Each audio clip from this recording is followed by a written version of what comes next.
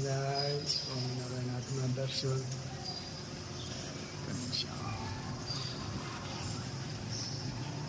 નરતા દેવ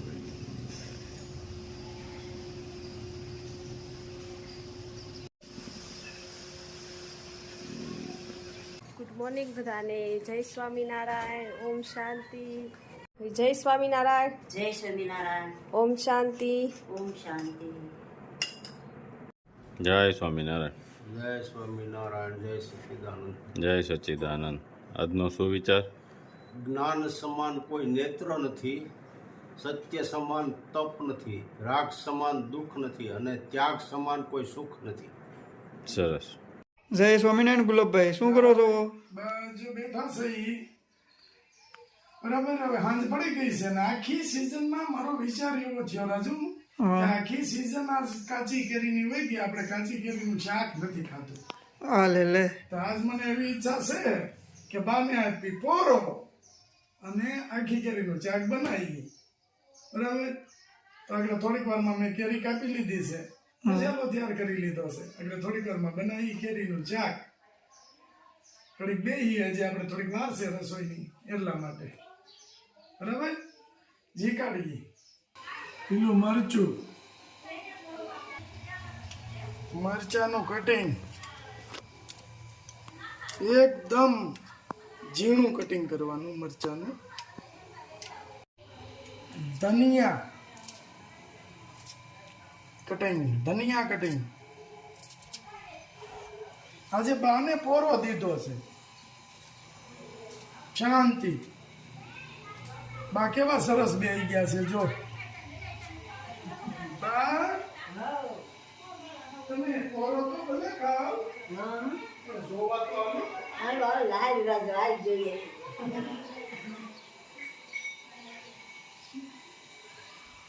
પોરો ખાવાનું મને વાંધો નથી, પણ જોવાય ન આવવાનું. કાંઈ સુધારવાનું જો સુધારી લીધું. તમારે પોરો એટલે પોરો. 2 પાવલા તેલ નાખવાનું. થોડુંક તેલ આમાં ચડિયાતું જોઈએ, વધારે ન જોઈએ, થોડુંક ચડિયાતું જોઈએ. 2 પાવલા તેલ. જો આ બાનું મસાલ્યું છે, મસાલ્યું છે, જોઈ લ્યો. તેલ થોડુંક ગરમ થાય એટલે ઘણાય રાઈ અને જીરુંથી વઘાર કરે કેરીના શાકનો, અને ઘણાયને ન ફાવતું હોય એ એમને વઘાર કરે, પણ રાઈ જીરુંથી વઘાર કરો ને મસ્ત લાગે. બાજુ હવે હું બાને પૂછું, લીમડાની પત્તી છે બા? નથી. આ ગાંઠિયા બાએ ફ્રીજમાં મેક્યા હતા. આ ફ્રીજમાં થોડા મેકાય. બાને હવે યાદ રહેતું નથી ને. તેલ આવી ગયું છે એકદમ ટકાટક. જોઈ લો.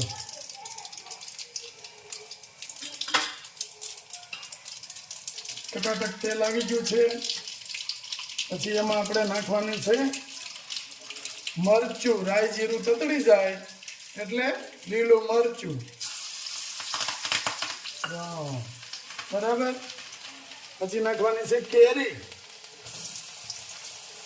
કાચી કેરીને સુધારી અને એમાં નાખી દેવાની છે. બરાબર. આ તો ગુલાબભાઈ બટેકા જેવું લાગે. હવે તમને બટેકા કોઈથી ખાધું નથી એટલે તમને બટેકા જ લાગશે, પણ હકીકત કેરી છે. બટેકા વાલા બહુ ને ભાઈ. બટેટું ભાવે ને, સેવ ટમેટું ન ભાવે, ટમેટાનો ચોંચ ભાવે પાછો. મરીનો ભૂકો અને વરિયાળી એ બંને નાખવાનું.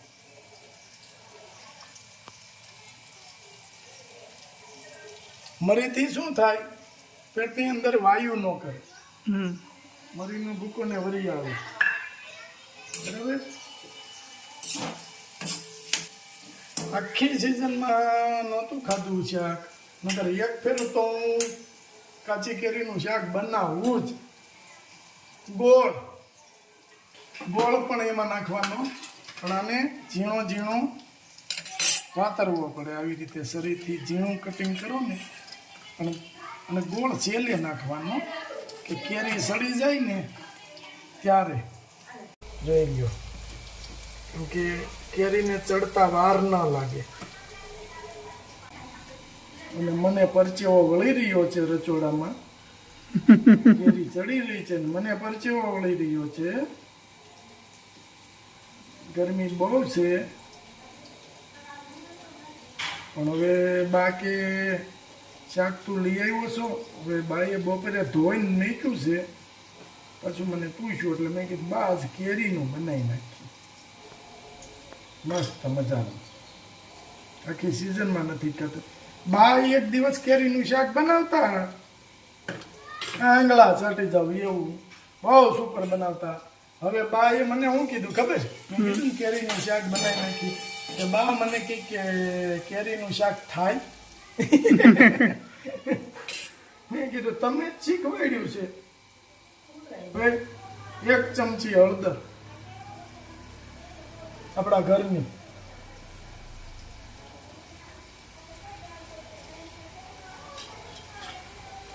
લાલ મરચું પાવડર 2 ચમચી, પછી જેવું તીખું ખાતા હોય એવું. રેડી? સિંધુ નમક સ્વાદ મુજબ, લીમડો, ધનિયા પાવડર આપણું ઓર્ગેનિક દેશી 1 ચમચી. ભેગો આવ્યા પછી તું ખાવા મળ્યો, નકર તને 3 ટાઈમ બટેટા આપે ને તો બટેટા ખાઈ લે. હું આવ્યો કેમ બટેટાનું હંગરી દીધું? એના માટે ખાલી થોડું એવું પાણી.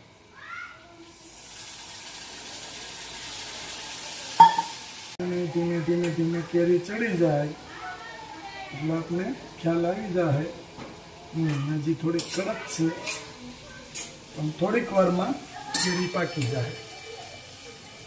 મસ્ત કલર એકદમ મસ્ત પકડી લીધો છે. કલર એકદમ મસ્ત પકડી લીધો છે. આપણું મરચું જેવું છે એટલે કલર પકડી લીધો છે.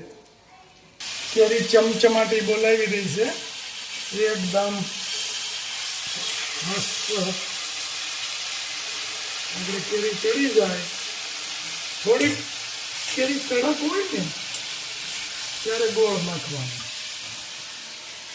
એટલે બધું સાથે એકદમ ચડી જાય મસ્ત.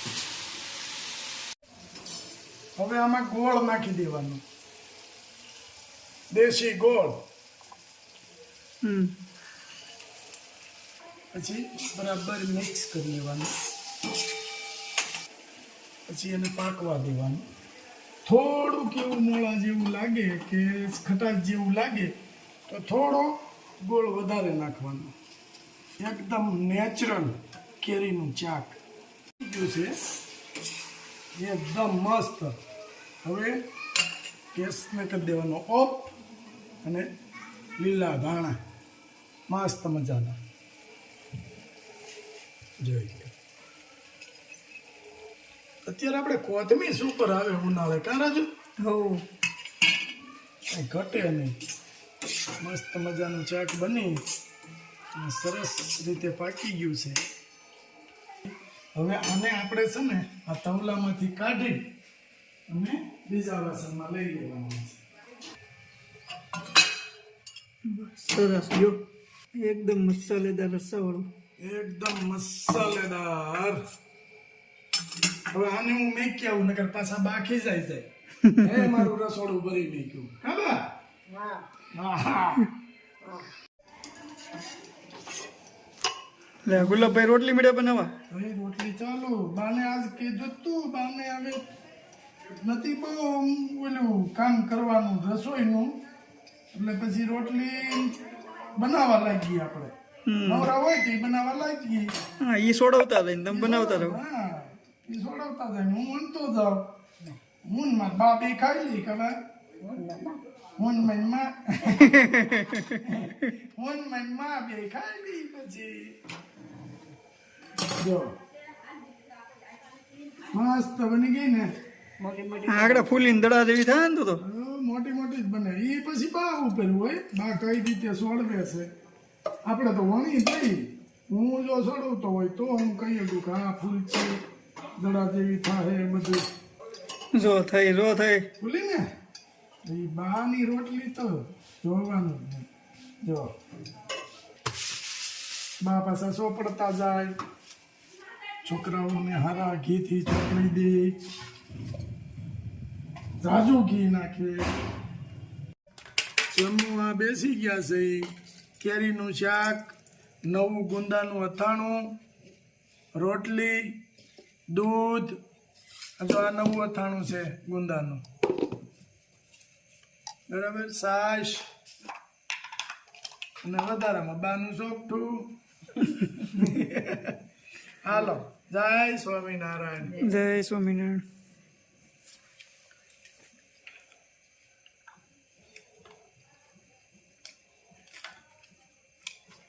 સુપર બન્યું, પણ હું વખાણ કરું તો એ સારું ન લાગે. હવે બા કે એ સાચું. કેમ બન્યું બા? સરસ. બહુ સરસ બન્યું ને? હા, વાંધો નહીં. મસ્ત શાક બન્યું છે. અને જે કોઈ બનાવો હોય એક ફેરું બનાવો એટલે દર સિઝનમાં તમે આ શાક બનાવશો, બરાબર? હાલો, જય સ્વામિનારાયણ. સમજાણું ગુરુજીની શાન મારે, મોડું લીધું છે મેં તો જાન મારે. સત સમજાણું ગુરુજીની શાન મારે, આદિ અનાદિનો છે અમરયાત મારે. દેહ ભાવથી બન્યો છે જીવાત મારે. સત સમજાણું ગુરુજીની શાન મારે, જાગી ભીતરની જાણવાની ભાવના રે. અનુભવનાએ સુખને માણવા રે. સત સમજાણું ગુરુજીની શાન મારે.